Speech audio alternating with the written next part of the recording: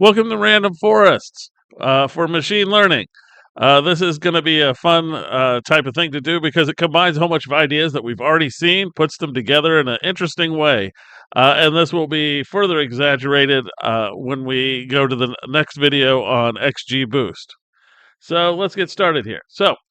Remember back when we talked about classification regression trees? We would go along a variable, we'd find a cut left or right that would best classify K classes using P predictor. So we go along the predictor. We'd say, oh, wait, if we're below, let's say 2, we belong to class A. If we're above 2, we belong to B.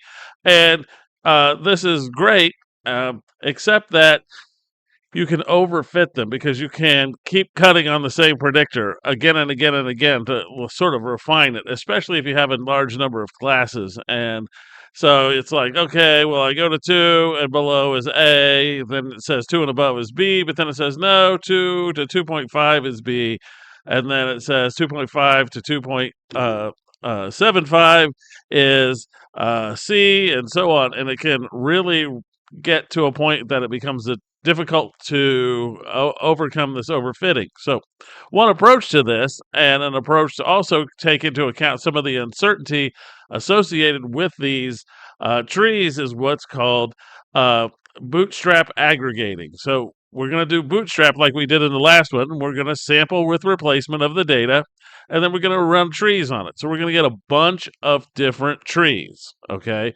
So, that's the idea of a forest, right? A forest is a bunch of trees. So we're going to get a whole bunch of trees together. And what we're going to do is we are going to aggregate the results at the end. And that's what's called bagging, bootstrap aggregating. So this is a word that you'll hear all the time. And basically, it means you've just done some bootstrapping and aggregated the results together, which we did in the last video when we created the confidence interval for regression slope, right? So we've already did this before. But what we're doing here is we're doing bootstrap aggregating in a different way, but it's still bootstrapping. Okay, so how does this work? Well, you take the original data, you break it into M bootstrap samples. You take sample 1. Sample 1 is going to give you decision tree 1. Bootstrap sample 2 is going to give you decision tree 2. And all the way out to bootstrap sample M, it's going to give you decision tree M. And then what you're going to do is you're going to take all of these decision trees and turn those into a combined prediction. Okay, so there's a bunch of trees here. That's why it's a forest. Now, when you get a new vector of a predictor X, you would drop it in to the original data, where the original data went. It's going to go through every single one of these bootstrap trees. It's going to generate a prediction for that X. So, and what you would do is the simplest version is just call it a vote. Which one did each tree vote for that X to belong to? And the one with the most votes is the one that is considered the predicted classification. So the aggregating is this voting at the end. You know, tree 1 said it was in group A, tree 2 said it was in group A, tree 3 said it was in group B, but tree 4 said A, tree 5 said A, tree 6 said C, and so on. But it seems like most of them are saying it's A, so you would say we're going to go with A. Now, what random forests also do is they split the decision tree and the number of variables allowed in it when it cuts. Okay, so before all of the variables were allowed in at the exact same time at exactly, every level you could use all of the variables and cut on them. Well, with random forest, what it does is it will randomly grab some of the variables and say, I'm going to ignore the other ones. If I have these two, let's say here, X1 and X5, and I cut on them, does it produce a decent decision? And if it does, then X1 and X5 stay around and it will add another predictor so that it can go to the next one and cut along X1, X3, and X5 in this case. But if it doesn't like X1 or X5, like they don't do a good job splitting it, then it'll say, nope, I'm going to get 2 different ones that are random. And they'll be random, so it could have been X1, X2 again, but it's going to just randomly grab new ones to try to not propagate it moving forward. But if they do move, if the best predictors here will move forward to the next split, with more random predictors added in. And that's where the extra randomness comes in to avoid this overfitting of constantly cutting on the same variable. All right, so these are large models. For bag trees, it needs to remember all of these trees, has to remember all M of them. And then for random forest, it needs to remember where all the splits were in these trees. So these models can take some time to fit. Fortunately, Python handles this for us. It's rather easy to do. So what we're going to do is we're going to work on the wdbc.csv dataset. So you can go grab this. You probably already have it if you've been following along with the video series. If you haven't, you can find it on GitHub link in the description or on Canvas if you're a student with Canvas access. You will find it there. So let's hop over to Python. Okay, we made it over to Python. If you've been following along with what we've done so far, you'll see that the code is remarkably similar to everything we've been doing before.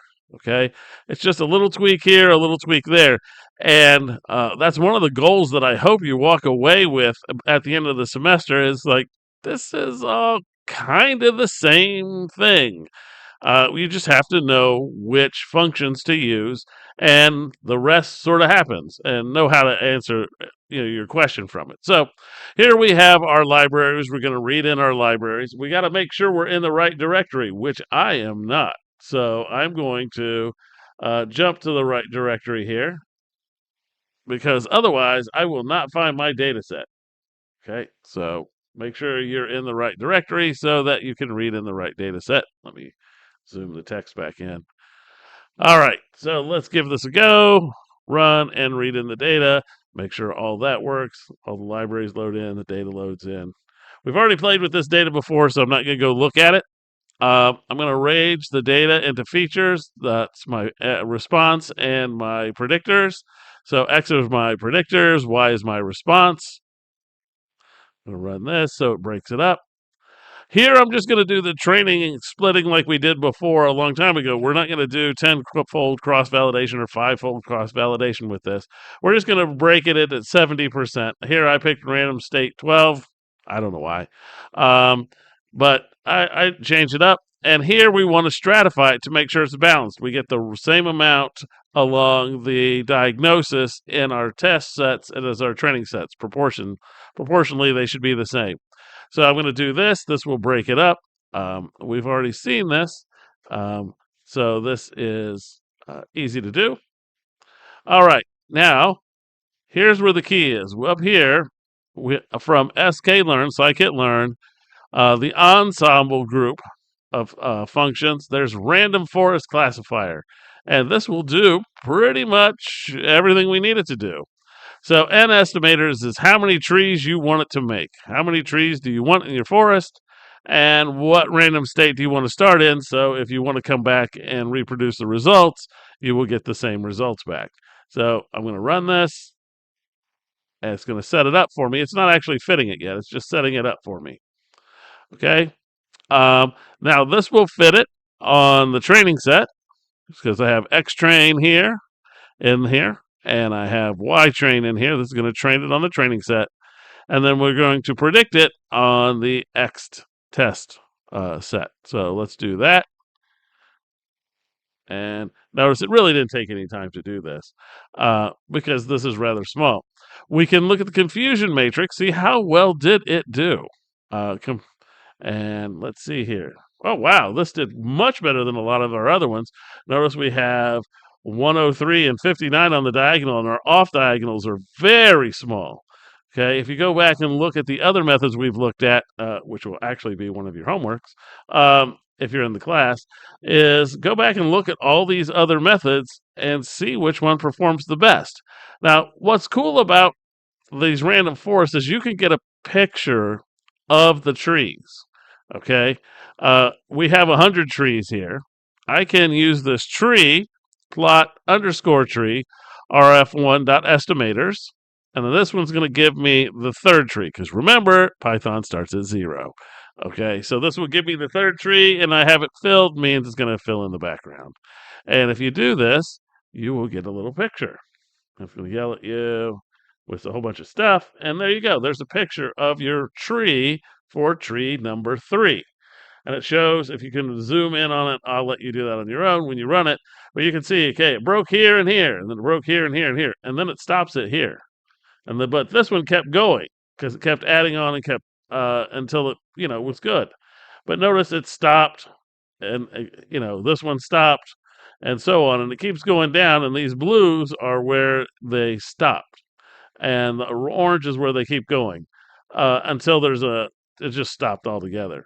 But you can see this is one of the trees, and if you wanted to look at a different tree, let's say tree number 4, you can plot it, and you will see it is a different tree.